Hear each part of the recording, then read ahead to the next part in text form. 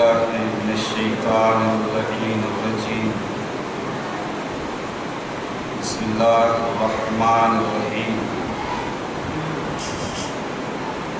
الحمد لله الذي لا يبلغ مدحته القائلون ولا يحصي نعماءه العادون ولا يؤدي حقه المجتهدون الذي يمضي الصالحين وقياس المضطر المستقيم مرجع الحاربين يؤمن الخائفين والصلاة والسلام والتحية والإكرام على حبيب إله العالمين شفيع المذنبين سيد المرسلين رحمة للعالمين أبي القاسم محمد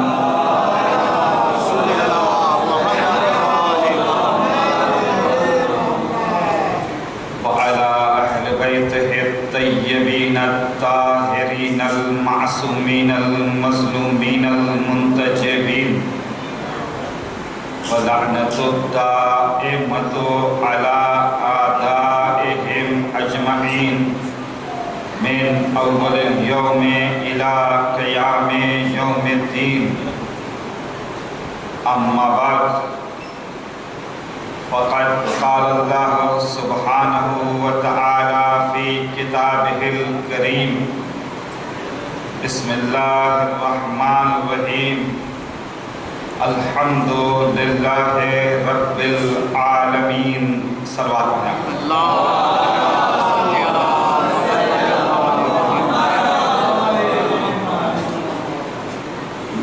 آپ تمام حضرات مل کے صاحب عزا کی سلامتی کی دعا کرو.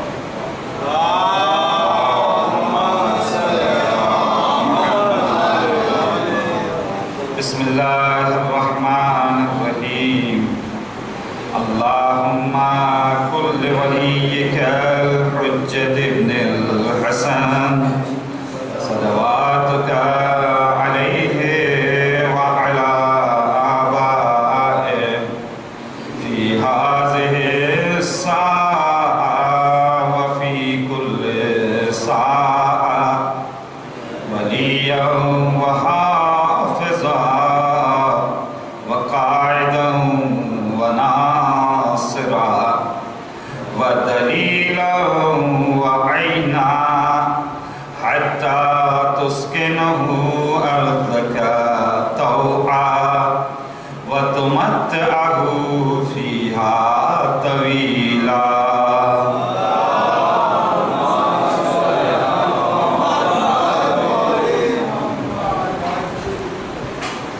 قابل صد احترام حاضرین کرام،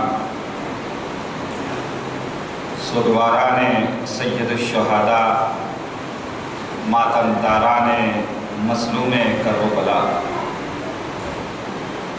جس آیے کریمہ کو سرنامہ سخن قرار دیا، قرآن مجید کی مشہور ترین آیت، عام فہم ترین آیت، آسان ترین آیت، اور جو مسلمانوں کی زبان پہ سب سے زیادہ آتی ہے بعد از بسم اللہ، وہ آیت الحمدللہ رب العالمین. یہ جتنی چھوٹی آیت ہے مفہوم کے اعتبار سے اتنی ہی بڑی. ترجمے کے اعتبار سے اگر دیکھیں تو ہمارا بچہ اس کے ترجمے سے واقف ہے،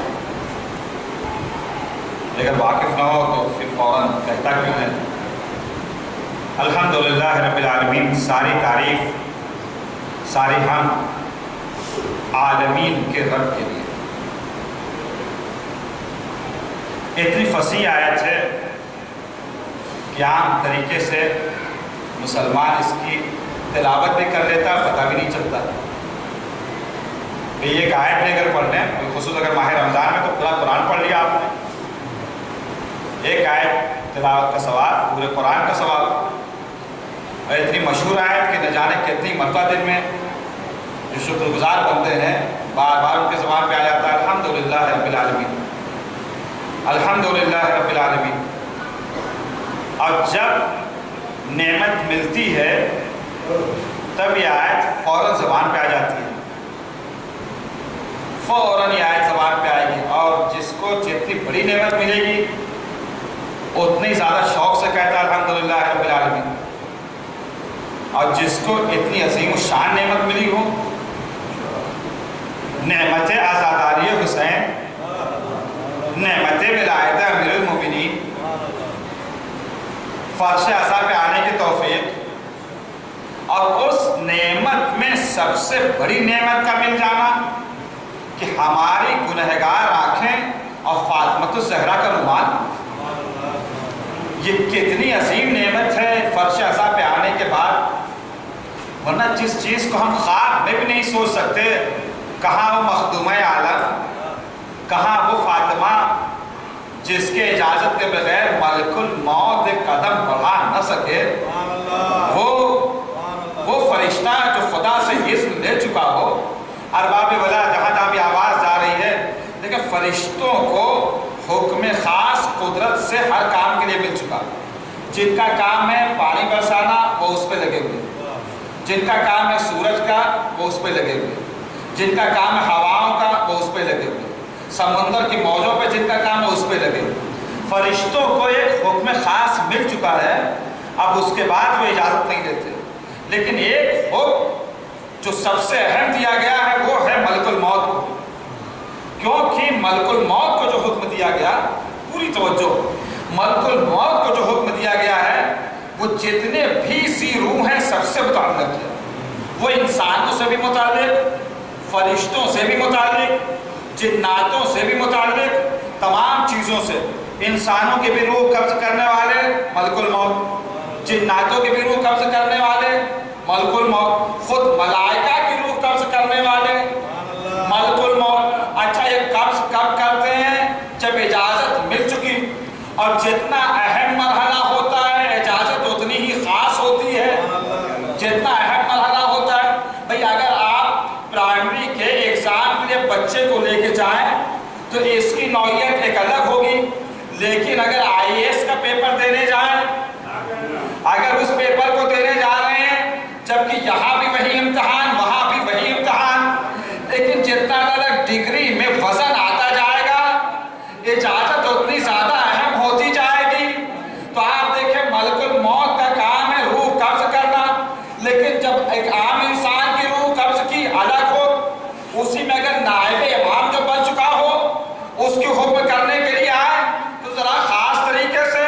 اور اگر ملک الموت کسی ایسے کی روح قبض کرنے آئے جس کے صدقے میں سارے زمین و آسمان بنے ہو، جس کے صدقے میں سارے زمین و آسمان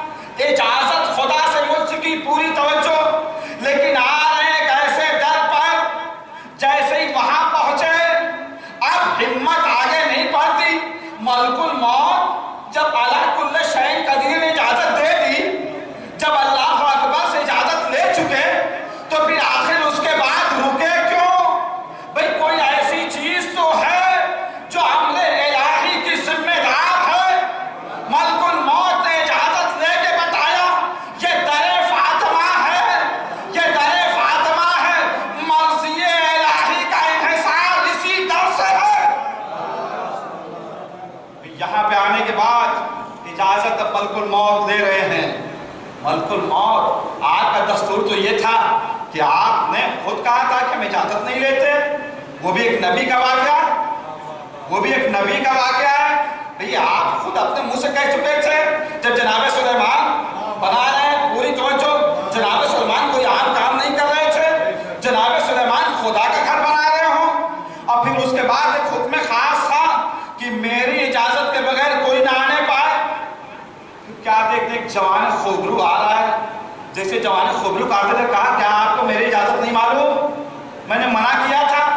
کہا جی سنا تھا ہو، مگر میں وہ ہوں جو کسی سے اجازت نہیں لیتا، میں وہ ہوں جو کسی سے اجازت نہیں لیتا۔ کہا آپ کون؟ کہا میں ملک الموت۔ جیسے ملک الموت کا نام سنا سلیمان بھی سمجھ گئے، ہاں یہ تو وہی ہے جو اجازت نہیں لیتے۔ کہا آپ کس لیے تشریف لائے ہیں؟ کہا روح قبض کرنے۔ کہا ابھی؟ کہا جی ہاں ابھی۔ کہا اچھا کھڑا ہوں، بیٹھ جانے دو۔ کہا بیٹھنے کی بھی مہلت نہیں، بیٹھنے کی بھی مہلت نہیں۔ ایک صاحب اقتدار نبی کے سامنے، جس کو ایسی بادشاہت ملی تھی، جس کی آگ، ہوا، پانی، جنات، انسان سب پہ حکومت تھی، مگر ہم نے ملک الموت کو دیکھا کہ اس نبی کے سامنے اتنا زیادہ صاحب اقتدار کہ ان کو بیٹھنے کی مہلت بھی نہ دی۔ اسی ملک الموت کو دیکھا کہ ایک ایسے گھر پہ آیا جہاں فاقے پہ فاقے ہو رہے تھے، جہاں فاقے پہ فاقے ہو رہے تھے، مگر اتنے زیادہ صاحب اقتدار ملک الموت کو دیکھا کہ در فاطمہ پہ آنے کے بعد بے بس ملک الموت وہاں نبی کو بیٹھنے نہ دیا۔ یہاں اس نے فاطمہ کے بغیر جا نہیں سکتے، تو شاید آواز آئے تمہیں نہیں معلوم، ملک الموت کی زندگی بھی اگر باقی ہے تو حکم فاطمہ سے،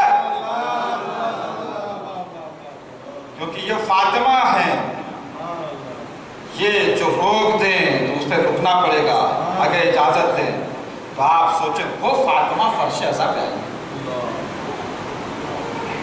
وہ ہمارے درمیان یہی کہیں ہے، عظمت کو پہچانیں۔ تو جب ہمیں اتنا عظیم شرف ملے گا تو فوراً زبان پہ آئے گا الحمدللہ، فوراً زبان پہ آئے گا الحمدللہ بے ساختہ کہ ہمیں یہ توفیق، ہمیں یہ شرف ملا کہ ہماری بز اور اس میں مادر حسین آئی ہو۔ کتنی عظیم الشان بز سجی ہے، نورانی بز، ملائکہ کا حصار، ہماری آنکھیں دیکھ نہیں سکتی جو کیفیتیں ہیں یہاں پر،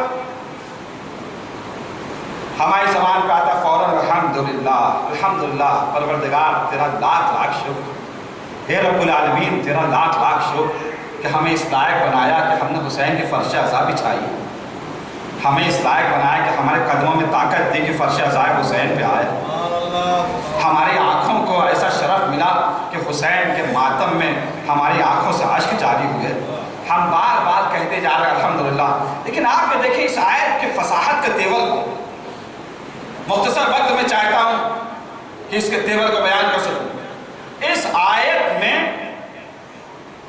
بہت عظیم الشان رخ ہے۔ یہ آیت پڑھی کب چاہتی ہے؟ جب نعمتیں ملیں، الحمدللہ رب العالمین الحمدللہ۔ بھئی اگر آپ کی عادت پڑ چکی الحمدللہ کہنے کی، کوئی صاحب ملے اور پتہ چلا ان کا ایکسیڈنٹ ہو گیا، پیر ٹوٹ گیا، آپ نے جیسے یہ خبر سنی کہا الحمدللہ، جیسے ہی آپ نے یہ کہا فوراً وہ ناراض۔ ایک تو ہمارا پیر ٹوٹا اور آپ کہہ رہے ہیں الحمدللہ، فوراً ناراض۔ آپ کہیں بھائی تم قرآن کی آیت کی تلاوت کر رہے ہیں، آپ آیت قرآنی پہ ناراض ہو رہے ہیں، تو فوراً آواز آئے گی نہیں، آیت قرآنی کے مصرف استعمال کو سمجھیے۔ بھئی کہاں پہ آیت پڑھی جاتی ہے؟ پہلے آپ دیکھا ہے تو قرآن کی آیت، مگر پڑھی کہاں جاتی ہے؟ اسے دیکھیں آپ، الحمدللہ کہا جب نعمتیں ملیں تب الحمدللہ، جب نعمت سلب ہو تب الحمدللہ نہیں۔